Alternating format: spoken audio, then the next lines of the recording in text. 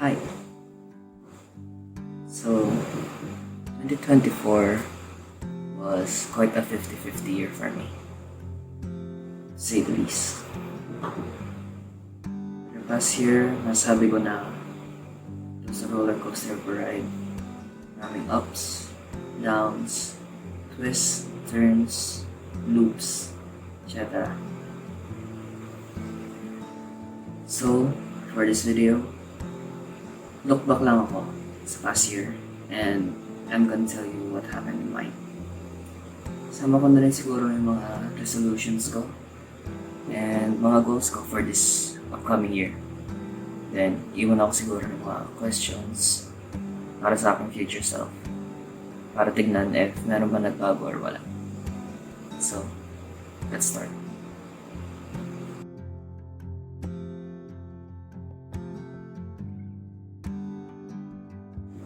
So, before this, I should say na scripted lang to. Nasulat ko na lahat and I am reading from it, so mabigla kayo. Pero nakasulat na lahat ng gusto kong sabihin and yeah.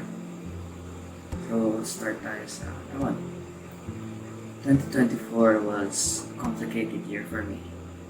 Ang dami nangyari sa akin na which some are good, some are bad.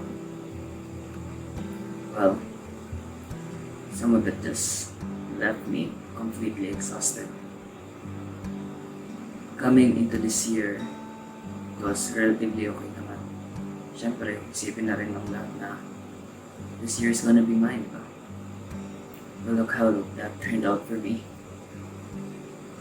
Went to places na akala ko matagal ko pa bago mapuntahan. Experienced things that I can only thought of. And of course, the highlight of my year is that I finally graduated from college. Finished my college years, meeting amazing people along the way, who I experienced highs and lows with. My journalism journey ended, but I still uphold their values.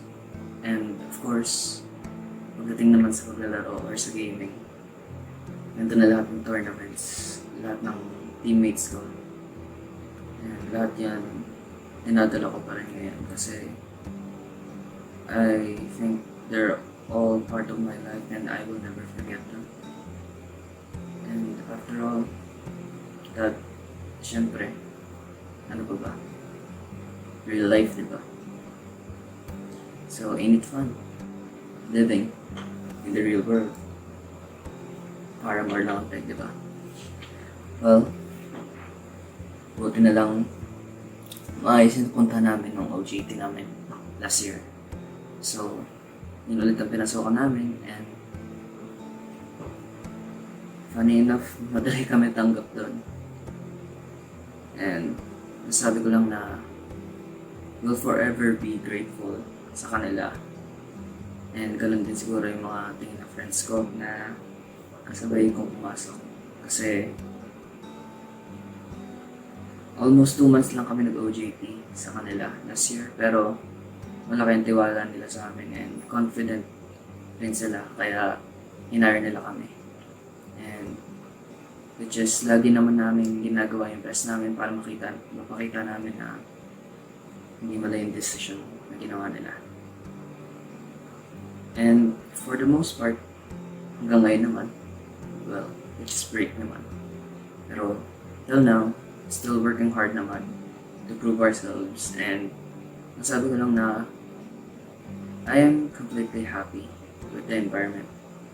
Of course, merong ups and downs, highs and lows. Pero hindi naman yung maiiwasan eh. Pero beyond most of it, the vibes, my co-workers, all of it, I am totally enjoying myself with. This year, nakuha ko rin yung lisensya ko, so more travels na rin nangyayari. Mostly by motor, which is okay lang, pero nakapagod din. Pero most of the places that I went to already was, I have to say na it was relaxing and really my mind away from things that really stress me out. And for the last week of my year, I had my heart broken with a person that I thought was the one that I'll spend my whole life with. Hindi ko nasasabihin yung rason kung bakit kami break. It was nothing major. All I can say is kahit na ayaw ko, inintindi ko na lang itinanggap. And in the end, naging mutual na rin lang yung breakup. Of course, I was heartbroken. I was disappointed. And for a time, I felt completely lost. Pansin na rin yun ng mga kaibigan ko. Kasama ko sa office, lahat sila. Na I was completely in a different mood. Pero kahit na nangyari yun, they witnessed me in every state that I was in. And I am completely grateful sa kanila. Kasi kahit palasa sila and all of it,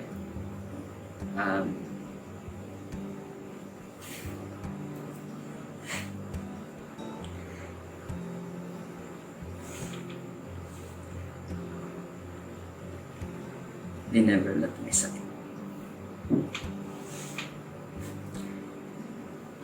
And I'm completely thankful for that.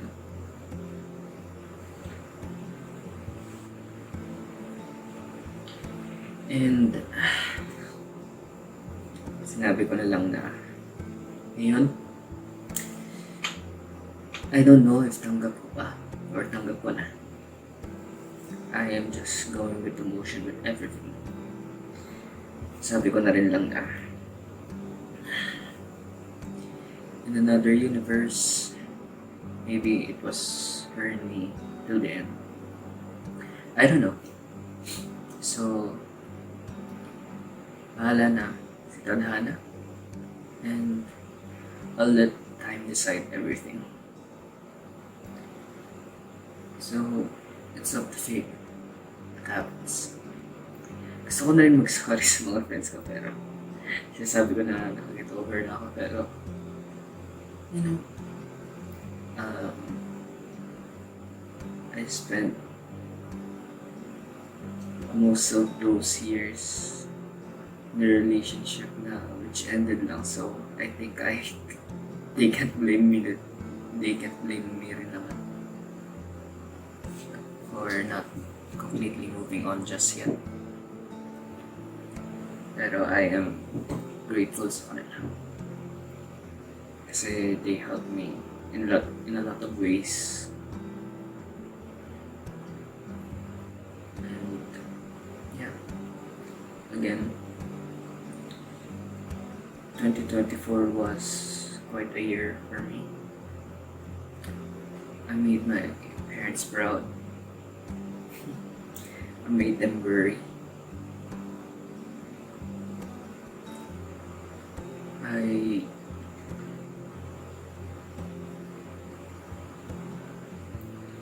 I made a lot of people proud.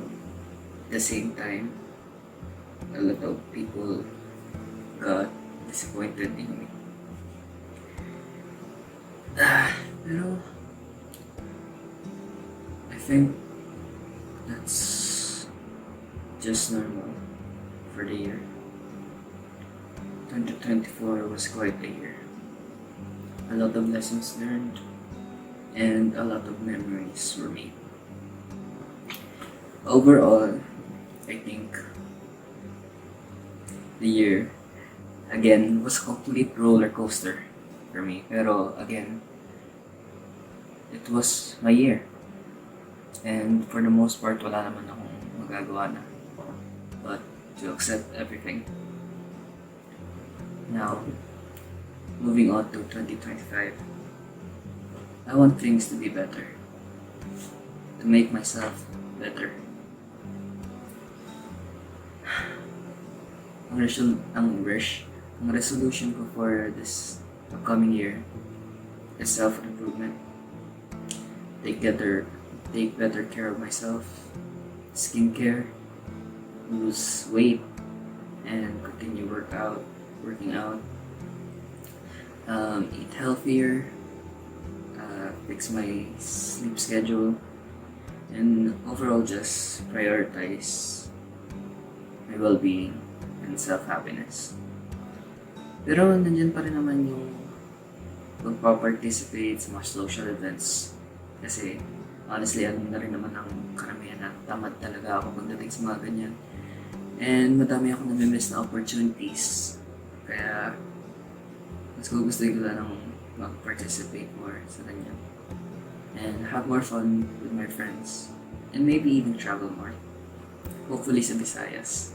Kasi yun na lang hindi ko napupuntahan. So Luzon and Mindanao napunta ako na rin. So Visayas sana. In terms of relationship naman, I don't know. Bahala na kung ano mangyari pagdating dyan. If there's someone, then go. If wala, then it's okay. Again, I'm leaning completely on the universe for that one. Another thing is to make more content. Maka Facebook man, TikTok, or YouTube. I want to create and post more videos. Sharing what I want and what makes me happy. Alam ko kwenta yung mga ipopost ko paminsan-minsan, pero I know na kakasaya ko naman yun. Lastly, I promise to myself to do things that make me happy and disregard what others say.